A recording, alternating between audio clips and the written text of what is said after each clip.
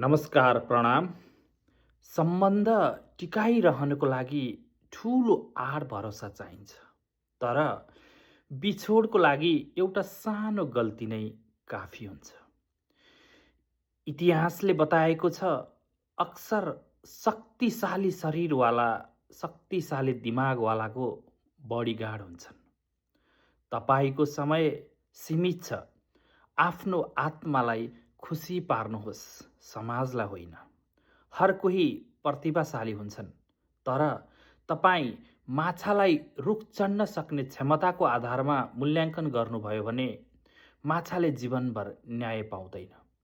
एकदम बेइमान मान्छे पनि आफ्नो साथको मान्छे इमान्दार होस् भन्ने चाहन्छ। यही नै इमान्दारीको तागत हो।